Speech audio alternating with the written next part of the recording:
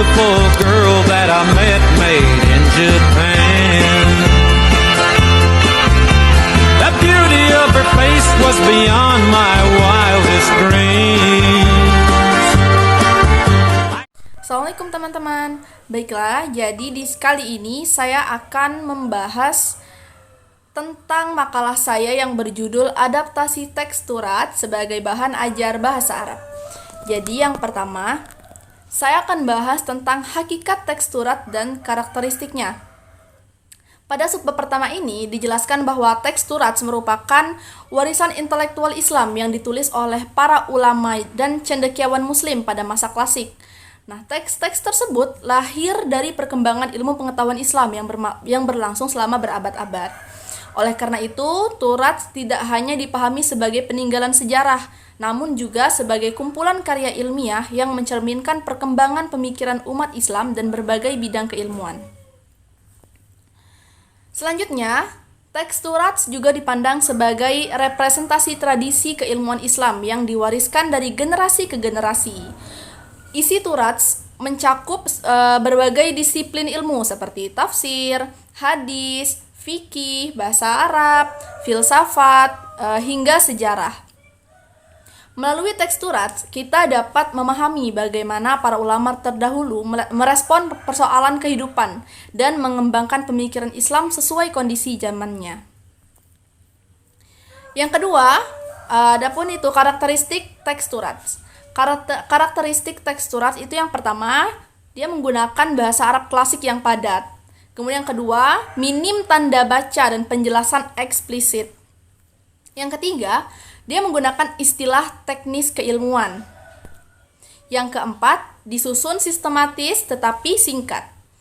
Dan yang kelima, dia berkaitan dengan konteks sosial dan historis. Dan yang terakhir, bersifat otoritatif tetapi terbuka untuk kajian ulang. Baiklah, selanjutnya kita akan membahas tentang prinsip seleksi dan adaptasi teks turat. Pada subbab ini dijelaskan bahwa tidak semua teks turat dapat langsung digunakan dalam pembelajaran bahasa Arab.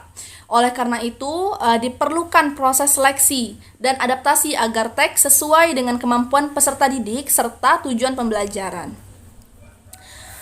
Adapun prinsip seleksi teks turat yaitu pertama, kesesuaian dengan tingkat kemampuan peserta didik. Kemudian yang kedua, keterkaitan dengan tujuan pembelajaran. Yang ketiga, kelayakan isi dan relevansi konteks. Yang keempat, yaitu kemudahan akses dan keterpahaman teks. Selanjutnya, prinsip adaptasi teks turat. Jadi yang pertama, prinsipnya itu ada penyederhanaan bahasa. Kemudian yang kedua, ada pemberian penjelasan tambahan. Yang ketiga, ada penyesuaian bentuk penyajian. Yang keempat, ada menjaga keaslian makna dan nilai. Selanjutnya, kita masuk pada subbab ketiga, yaitu teknik penyederhanaan bahasa dan konteks. Subbab ini membahas teknik penyederhanaan bahasa dan konteks agar teks turat lebih mudah dipahami oleh peserta didik, khususnya bagi pemula dalam pembelajaran bahasa Arab. Teknik penyederhanaan bahasanya itu yang pertama, penyederhanaan struktur kalimat. Kemudian yang kedua, penggantian kosakata yang sulit. Ketiga, pemberian harokat dan tanda baca. Yang keempat, penyusunan ulang kalimat. Yang kelima, pemberian penjelasan gramatikal. Dan yang keenam, pendekatan bertahap.